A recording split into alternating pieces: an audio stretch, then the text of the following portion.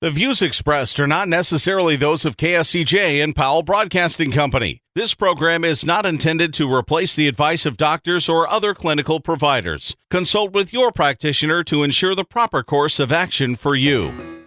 Welcome to When Things Aren't Going Well on AM 1360, FM 94.9 KSCJ. This program is dedicated to your mental health wellness and brought to you by Family Services, a United Way partner agency. Here's your host, Art Silva. Good morning and welcome to When Things Aren't Going Well. This show is all about your mental wellness and how you can help yourself navigate the daily highway of life. Our show is brought to you by Family Services, a United Way partner agency serving the Siouxland community. Today our topic is Boys and Girls Home Opportunity School. And joining me today is Brenda Geisinger, Chief Operating Officer of Boys and Girls Home and Family Services, and Marianne Oberding, our Education Principal. So good morning, ladies, and welcome. Good morning. Glad to have you here, and we got an important topic. When we look at Boys and Girls Home and how we're put together, we have Boys and Girls Home, the residential treatment area, we have Family Services, we have the Siouxland Family Center, and we have the Opportunity School. And I'm not so sure everybody out there knows about our Opportunity School and exactly what we do there. So, Brenda, could you give us the 3,000-foot look at how the Opportunity School fits in, what it serves? Absolutely. The Opportunity School provides education opportunities for kids in the local area. We go for about 45 miles outside of the Sioux City area, and we offer education for kids that are elementary age on through high school. And then we also provide that education opportunity for kids that live with us in the residential program. So for the Opportunity School, we have about 20 kids that come every day just for school. They may be struggling in their home school with some behaviors or academic learning problems, and we have a smaller size classroom, and so we do kind of one-on-one teaching with an aide and get them back on track and then integrate them back into their home school. Well, that certainly is a full palette, and it kind of serves a dual purpose. You mentioned the residential students, the residential children who live with us, our students, and we also have the public coming in a 45-mile radius. So would you introduce your principal, and she can go into a little more detail on what the school is? Well, I won't take the whole 30 minutes to talk about how wonderful Marianne is. I know she is. We're very fortunate. But Marianne has been with us for several years and is a phenomenal educator. That's how she started with the Boys and Girls Home. And she took on the leadership role of forming some strong academics and a strong teaching crew, and is now overseeing the whole program as the principal. So I will turn it over to Marianne and kind of let her speak of the wonderful things she does. Thank you, Brenda and Art, for having me. So our Opportunity School does serve the kids in our community that are struggling in their home schools. And so having smaller classroom sizes, we're able to provide some support. What we found is that our kiddos that come are really struggling to make a connection. So we really focus a lot of our time on a lot of social emotional learning and learning how to act as a team. And that's something that the kids kind of lost during the COVID virtual learning time. And so we've got a lot of kids in the community struggling with how to interact with people face to face again. And a lot of our kids in Opportunity School also are being served with special ed services. And we are able to provide that one-on-one attention and meet their needs at the level that they need to begin with. We have found that our kids need a lot of help building self-confidence. They have been knocked down. They've felt like they can't do it. So we start small and we grow it, and we praise. Well, it certainly is. You're doing a wonderful job there. Our kids come in here, and, with COVID, I think people are starting to realize the importance of socialization. the importance of self-esteem, because COVID has had a tremendous impact on students. They don't have that togetherness anymore when you pull them out of school and you go to the virtual learning. There's an impact of that, and I think you touched on it, what we do at our Opportunity School. I'm Art Silva, and with me today is Brenda Geisinger and Mary Ann Operdink, and we're talking about the Boys and Girls Home Opportunity School, what we do, and I think we do it very well, and I'm a little biased. I think we got a great principal here. Mary Ann, let me ask you, since we talked, what is the grade levels in the school? Currently, we have upper elementary to through high school. We have the ability to serve elementary, so kindergarten through 12th grade, just like a normal public school would. We do have small class sizes, and we do provide all of the IEP services or special education services if needed. We also have students that qualify for TAG or Gifted and Talented program, and we offer extended services for that as well. I really think, looking at the importance of class size, our children need that little more of attention, and they get it. So I always viewed it as pretty much alternative learning. Mm-hmm. These kids are good kids. These kids just need to be approached in a different way. I remember my son when he was in school. I couldn't understand why he would want to do his homework kind of lying on the floor with his feet upside down. But that's how he did it. So, I mean, kids just do it differently, and they get that special attention. Brenda, you've worked really closely with the Sioux City Community Schools over the past years. And I think one thing we're noticing right now, kindergarten is not required by law in the state of Iowa. So a lot of times when these kids hit first grade, it's a shock to the child as well as the classroom. So in looking at that, what advantages do you think our Opportunity School has with kids at that early age just entering into the education program? I think it's important for kids to have structure and understand the importance of play and how to incorporate both of those together. Learning can be fun, and to emphasize that, and each child has a talent, and to focus on what strengths they have and really growing that in the child. Again, Mary Ann had talked about self-confidence, and that's really important. And when elementary kids begin their learning process, to not feel overwhelmed or that they can't do it, and building on those successes. Really interesting. Mary Ann, let me ask you, in the school, you can give us some firsthand experience on COVID. What's been the impact of COVID on the students? A lot. When schools were shut down and virtual learning happened, kids are able to turn on the screen or off the screen. Kids are able to walk away from the screen. They're able to play games, not do their homework. And it's very difficult for the virtual teachers to manage that. So a lot of kiddos were kind of lost in the system. And a lot of those, especially the kids that have IEPs, the services weren't necessarily met to the extent that they would have if the kids would have been face-to-face.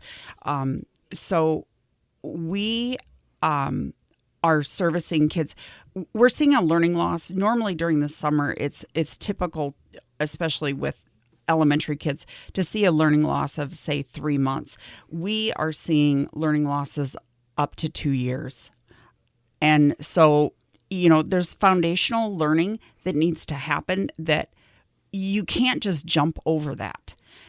You actually need to know how to write your name. You need to know what 2 + 2 is. I understand we have technology, but we also need common sense. We need those foundational skills built. So we've had to back up and say, okay, I understand you're in 6th grade. However, let's take a look at what's happened in the past 2 years in your life.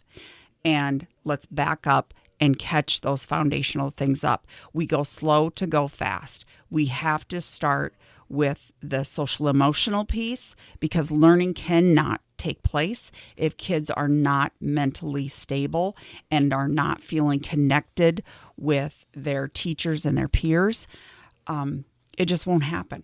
So we need to build that self-confidence. We need to build the trust. Then we start where the kids are at and then move forward. Well, we never thought that the socialization aspect of school would ever be felt as important as it is right now. And this could be a very good thing moving forward to understand the pros and cons of virtual learning. We're coming up on our break right now, so continue your morning chill, and we'll be right back here with more of When Things Aren't Going Well right here on KSCJ. Let's face it, that happens to all of us. However, the pandemic has compounded all of our lives and activities. Even the simplest tasks seem harder. Hi, I'm Brenda Geisinger, the Chief Operating Officer at the Boys and Girls Home and Family Services. Family Services is a United Way partner agency serving children and families of our community, and we're here to help. If you'd like to learn more about Family Services, please contact us via email, website, Facebook, or phone Mary Pickens. At Family Services, we change lives. Welcome back to When Things Aren't Going Well on KSCJ. Here's Art Silva. Welcome back. I'm Art Silva, and you're listening to When Things Aren't Going Well. And with me today are my guests, Brenda Geisinger and Mary Ann Overton. And let's continue our discussion on the Opportunity School. So the first half of the show, we talked about what the school is, what it does, what it offers. Second half of the show, we're going to talk about the successes we've had there. So, Mary Ann, I'm going to turn that over to you. We have had a lot of successes. We have a gentleman that came to us from a local school in high school, and he was attending school daily, and he was not receiving any credits, and he didn't understand why, but he also didn't communicate with anyone. It took us 3 weeks to get him to say hello and make eye contact. We kept just surrounding him with praise and support, and that student is currently on track with his peers. That is a lot of hard work on his own part, supported by what we do. And as far as graduates go, last year we had 4 students graduate from Opportunity School. Their actual graduation certificate does come from their home school. However, we work with the home schools, and we go off of whatever credits that school determines are a need for that school district, because that's a local school district decision beyond what the state has mandated. So this year we had a student graduate midterm, and that student, it took a lot of support to get that student. And we, again, worked with the homeschool and with the parents, and it was knocking on his door and saying, we need you. You can do this. You can do this. Text messages every day. Do you need a ride? We'll come get you. You've got this. You can do it.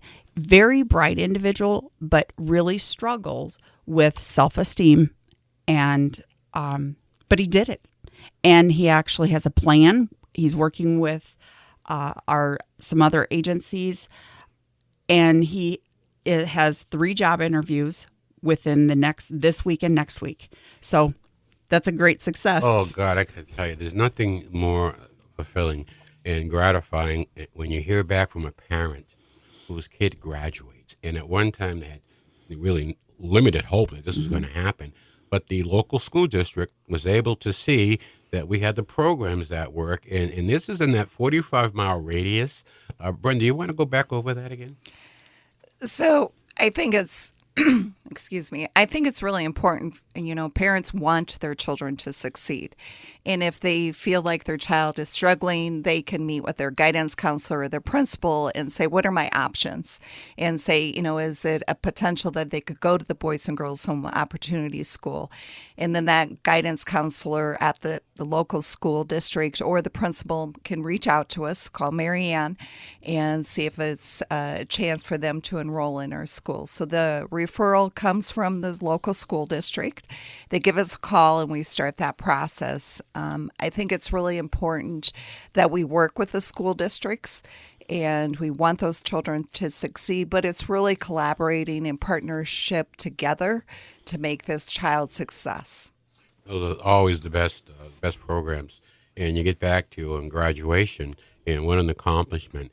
Marianne, I know that you stated earlier that we socially move these kids along. And that social education is something I really don't think people understand the importance of it. So, okay, let's go up to, let's say, ninth grade. In ninth grade, they get to high school. How important is it at that point in time? Do we start to focus more on the grades and the accomplishments? Have they passed that? Have they passed the formation years, where now they're kind of getting into, we're not going to give you a participation slip. You got work to do. Right. So once kids enter ninth grade, credits is what means graduation. And students cannot just show up into class and think they're going to receive a credit. They have to actually show up, do the work, and get a passing grade in order to receive the credits towards graduation.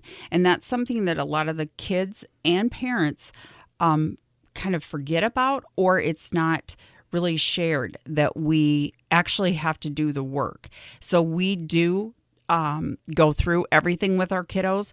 We also every Monday go through how much advancement did they make towards their goals to finish classes, how much did they get done the previous week, and what were their behaviors? Were they safe? Were they responsible? And were they respectful? And they tally up those points. We have charts and graphs because visuals are good. We say, if you're not on track, what happened last week? What was going on in your life that was a deterrent from you not doing well? Or, wow, you had an outstanding week. What did we do last week? Let's do it again. For a lot of kids, it can be sleep. It can just be simple as, I didn't get any sleep. There was a lot of stuff going on in my house last week. Okay, what can we do this week to help you be successful? What do we need to do to make change? So we work on goal setting. And again, we cannot do that without that social emotional learning that we focus in on. I know that our school participates with the Sioux City Community Schools in their lunch programs and et cetera.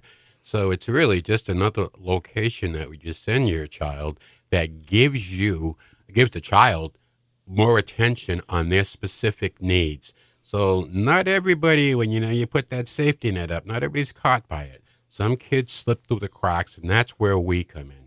So I think this would be a opportune time for me to thank all of those superintendents who have called, who have used our school, the superintendents in the outlying areas, the Sioux City Community Schools for working with us and sending us.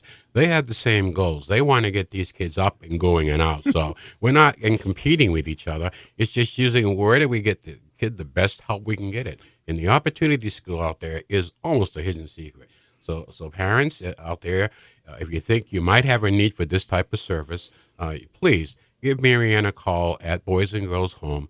Just call 293-4700, and they will connect you and tell them you want to know more information about the Opportunity School. As we kind of wrap this show down, I really want to thank you ladies for the wonderful job you've done. Brenda, you do the overall picture and integration with the public schools. I know you also work with them on other programs, and we were there with the AWARE program. So we have a very good relationship with the Sioux City Community Schools, and I thank you for that. And Marianne, I got to tell you, when you talk about the socialization piece, there's nothing more fun than being around schools at the Halloween time. You have a wonderful time with the kids, and the kids show. And when they come in there, it's a welcoming environment. We are so glad to have them. We're so glad to see the kids, and we really share in their success. So I want to thank you so much. Now, by degree, I'm an educator. I was a teacher. But my wife was the educator in the family, and I went into the business side. But I really get it in how we share, and teachers have that special skill. So before we go, is there anything you want to say about your staff? We have an absolutely wonderful staff. Phenomenal. We support each other. We've got each other's backs. We do sit down and talk, and we talk about our own our own struggles, and what can we do to provide support. So we are a team, and we work as a team. Well, I think it shows in the success rate. So I want to thank the both of you for coming on today, and also thanks to our listening audience. We're always looking to add to our family, so if you're looking for a career change or to start a new career, please call Barb Nielsen, our HR manager, at 293-4700, or you can get her at hr@bgh.org. We have immediate openings. You can still sign up for yoga at our Breathe classes, so it's starting soon. Again, 293-4900. You can talk with Mary Pickens. We're just letting COVID get past us before we start those classes up. I want to give a shout out to the Tyson employees for their record-setting gift to the United Way campaign. Way to go, guys out there. Really good community spirit. You know, we end our show every week with a little joke here, so humor is good for the soul. So here's a joke this week. Try to keep it in a school theme, okay? What happened when the teacher tied all the kids' shoelaces together? I don't know. They had a class trip. Okay, it's been fun. Mary Ann, Brenda, thanks again. When things aren't going well, we'll be back here next Saturday morning at 7, right here on 1360 AM, 94.9 FM, KSCJ. And our topic will be the Community Action Agency of Siouxland's Early Childhood Program. You're going to find this very interesting. Your homework this week is to go out and have a good laugh. May the sun shine on you. Peace. Thanks for being with us today. Happy trails to you until we meet again. Happy trails to you. Keep smiling until then. Happy trails to you till we meet again.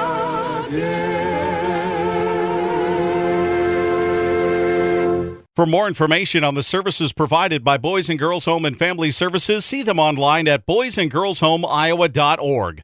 Or you can call 712-293-4700 to get more information about family services, residential treatment, the Opportunity School, the Siouxland Family Center, and more. At Boys and Girls Home and Family Services, we change lives. We change lives. We change lives.